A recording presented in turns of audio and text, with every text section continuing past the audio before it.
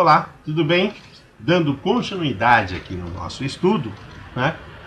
Hoje abordaremos o capítulo 2 do livro Nos Domínios da Mediunidade, psicografia do Francisco Cândido Xavier, né? Pelo espírito do André Luiz, né?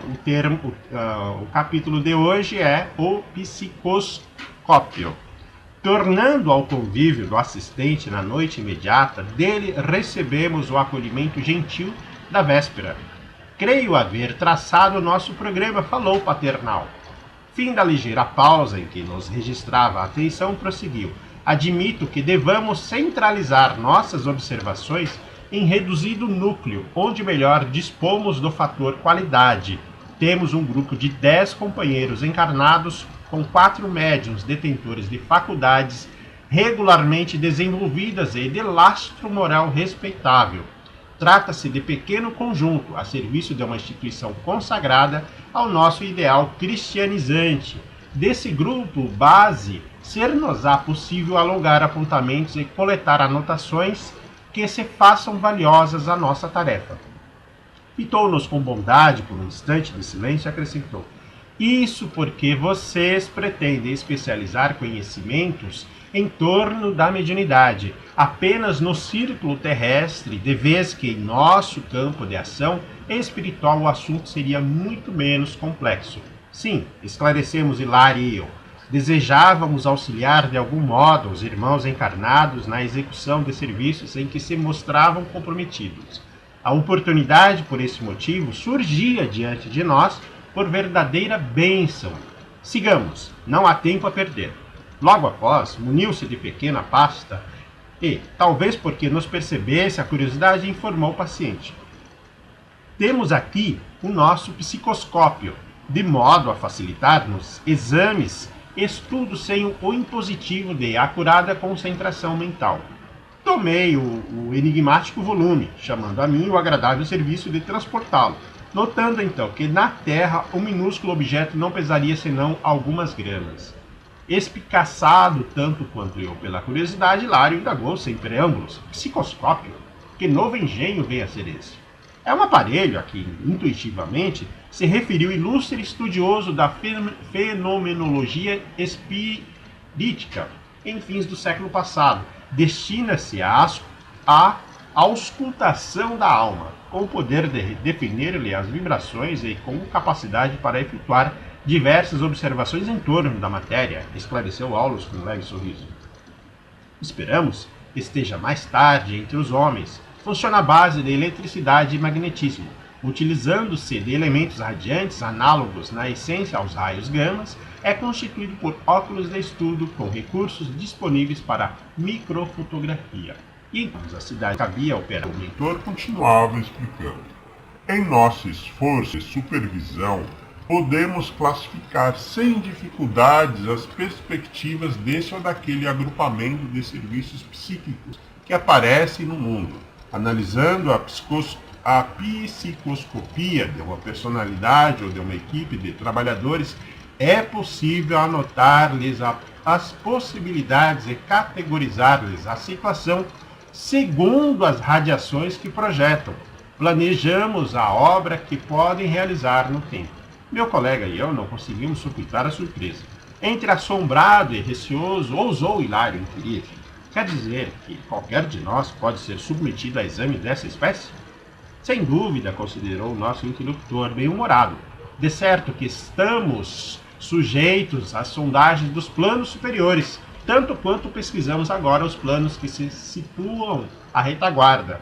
Seu espectroscópio permite ao homem perquirir a natureza dos elementos químicos, localizados a enormes distâncias através da onda luminosa que arrojam de si. Com muito mais facilidade, identificaremos os valores da individualidade humana pelos raios que emite. A moralidade, o sentimento, a educação e o caráter são claramente perceptíveis através de ligeira inspeção.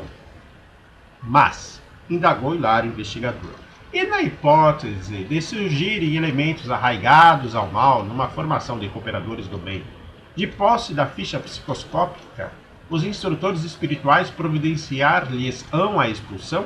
Não será preciso.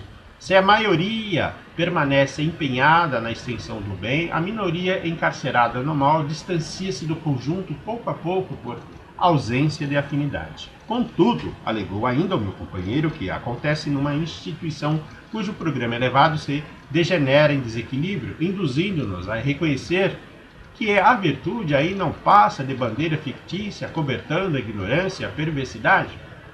Então, nesse caso, adiantou o interpelado tolerante, dispensamos qualquer regime de perseguição ou denúncia. Encarrega-se a vida de colocar-nos no lugar que nos compete. E sorrindo ajuntou: os anjos ou os ministros da eterna sabedoria entregam-nos com segurança as forjas renovadoras do tempo e da provação. Sabe-se atualmente na Terra que 1 grama de rádio perde a metade do seu peso em 16 séculos e que um ciclotron, trabalhando com projéteis atômicos acelerados a milhões de electronvolts, realiza a transmutação dos elementos químicos de imediato.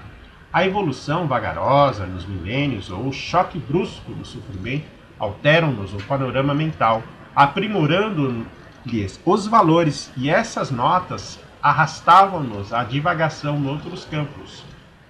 O assistente revelara brilhante cultura aliada a extremas facilidades de exposição. Disponha-me a ensaiar perguntas extra-serviço, mas adivinhando-nos o intento, Aulus objetou: toda a conversação nobre é instrutiva. No entanto, por agora, guardemos o espírito no trabalho a fazer. O êxito não exonera a atenção. Se cairmos numa digressão acerca da química, o horário não nos desculpará. E a gente vê notadamente aqui uma colocação, e aqui eu faço um parêntese, com relação à disciplina no plano espiritual, né? Por mais que o tema seja pungente, né, ele não furtou o dever do objetivo em loco, né? Ou seja, do objetivo que eles se propuseram, que é ir buscar, investigar um grupo que nós vamos conhecer logo adiante. Reajustando-se aos nossos objetivos, Hilário acentuou: o psicoscópio, só por si, dá margem a preciosas reflexões. Imaginemos uma sociedade humana que pudesse retratar a vida interior dos seus membros. Isso economizaria grandes cotas de tempo na solução de inúmeros problemas psicológicos. Sim, anuiu o mentor cordial, o futuro reserva prodígios ao senso do homem comum. Havíamos, porém, alcançado o portão de espaçoso edifício que o assistente nos designou como sendo o santuário que nos competia visitar e servir. Esta é a casa espírita cristã, onde encontraremos nosso ponto básico de experiências e observações. Entramos, atravessado o largo recinto em que estacionavam numerosas entidades menos felizes, nosso plano orientador esclareceu: vemos aqui o salão consagrado aos ensinamentos públicos. Todavia, o núcleo que buscamos já situado em reduto íntimo, assim como o coração dentro do corpo. Escoado alguns instantes, penetramos acanhado aposento onde congregava-se reduzida assembleia em silenciosa concentração mental. Então aqui eu faço um parênteses para demonstrar aqui o que o plano espiritual percebia quando chegou na casa material, né? Ou seja, na casa espírita. E neste local, pelo que a gente entende aqui, há uma subprojeção, né, para o plano espiritual, para acomodar as entidades que esperam receber ali os ensinamentos públicos, né? Ou seja, valores, né, valores morais, né? Ou seja, separar ali aqueles que querem de fato melhorar e aqueles que querem permanecer deitados, tá? Nossos companheiros, elucidou o assistente, fazem um serviço de harmonização preparatória. 15 minutos de prece, tá? Quando não sejam de palestra ou leitura com elevadas bases morais. E aqui eu faço novamente um outro parênteses para trazer para o nosso curso de médiuns, que é diferente de uma escola de aprendizes do Evangelho, onde a gente conversa, onde a gente busca, né, se confraternizar, está sempre trocando ali algumas palavras e tal. Mas quando o assunto é focado em mediunidade, eles pedem que a disciplina, né, que é a mãe de todas as organizações que tem um assunto sério pela frente, nos pedem no mínimo 15 minutos de prece, né? Ou com leituras elevadas em bases morais, tá? Sabem que não deve abordar um mundo espiritual sem atitude nobre e digna que lhes outorgar a possibilidade de atrair companhias edificantes, e por esse motivo não comparece aqui sem trazer ao campo que lhes é invisível as sementes do melhor que possuem. Ou seja, Se a gente alimenta essa questão, né, do nosso mundo íntimo, né, dessa ligação, dessa necessidade de se locupletar com o plano maior, né, dificilmente, né, ou melhor dizendo, né, trabalhoso, né, nós entraremos em contato com eles. E é interessante a colocação que o Hilário fala agora. Hilário e eu nos inclinamos à indagação, contudo, a respeitabilidade do recinto impunha-nos o silêncio. Amigos da nossa esfera ali se demoravam em oração, compelindo-nos a entranhado recolhimento, ou seja, a própria atitude do grupo, né, fazia com que aqueles que estavam chegando também assim fazia. Diferente de você ir numa festa onde todo mundo fala-se ao mesmo tempo, onde todo mundo fala-se alto e ninguém se entende, e ao mesmo tempo todos fazem cara de paisagem como se estivesse dominando o assunto. Aqui, no caso, não, é um recolhimento, né? Continuamos. O assistente armou o psicoscópio e, depois de ligeira análise, recomendou-nos a observação. Chegada a minha vez, dito eu, né, assombraram-me as peculiaridades do aparelho. Sem necessidade de esforço mental, notei que todas as expressões da matéria física assumiam um diferente aspecto, destacando-se a matéria de nosso plano. Teto, paredes, objetos de uso corriqueiro revelaram-se formados de correntes de força e emitirem baixa claridade. Detive-me na contemplação dos companheiros encarnados, que agora pareciam mais estreitamente associados entre si pelo vasto círculo de círculos radiantes que lhes nimbavam as cabeças de opalino esplendor. Tive a impressão de fixar em torno do apagado bloco de massa semi-obscura a que se reduzira a mesa uma coroa de luz solar formada por 10 pontos característicos, salientando-se no centro de cada um deles o semblante espiritual dos amigos em oração. Desse colar de focos dourado alongava-se extensa faixa de luz violeta que parecia contida numa outra faixa de luz alaranjada, a espraiar-se em tonalidades diversas que, de momento, não pude identificar, de vez que a minha atenção estava presa aos círculos dos rostos fulgurantes, visivelmente unidos entre si à maneira de 10 pequeninos sóis emanados uns aos outros, ou seja, aquela reunião dos amigos encarnados formavam essa ideia, né? Formava essa corrente energética desses mini-sóis, né? Reparei que sobre cada um deles se ostentava uma auréola de raios quase verticais, fulgentes, imóveis, quais se fossem diminutas antenas de ouro fumegante. Sobre essas coroas que se particularizavam de companheiro a companheiro, caíam do alto abundantes jorros de luminosidade estelar que, tocando as cabeças ali emanadas, pareciam suaves correntes de força a se transformarem em pétalas microscópicas que se acendiam e apagavam, em míriades de formas delicadas e caprichosas, gravitando por momentos ao redor dos cérebros em que se produziam, quais satélites de vida breve, em torno das fontes vitais que lhes davam origem. Custodiando a assembleia permaneciam os mentores espirituais presentes, cada qual irradiando a luz que lhes era própria.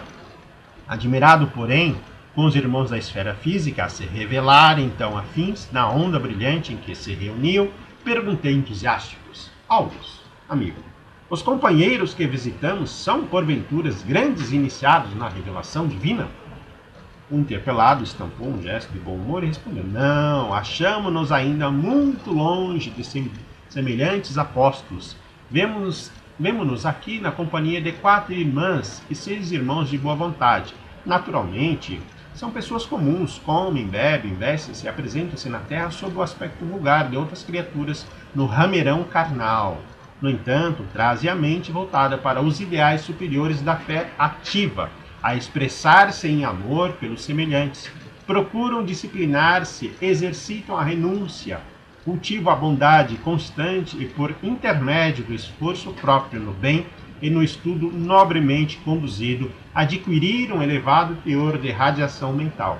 Hilário, que utilizara o psicoscópio em primeiro lugar, alegou com o deslumbramento de uma criança espantada: Mas e a luz? A matéria que conhecemos no mundo transfigurou-se. Tudo aqui se converteu em claridade nova. O espetáculo é magnífico. Nada de estranheza, falou o assistente bondoso. Não sabe você que um homem encarnado é um gerador de força eletromagnética com a oscilação por segundo registrada pelo coração?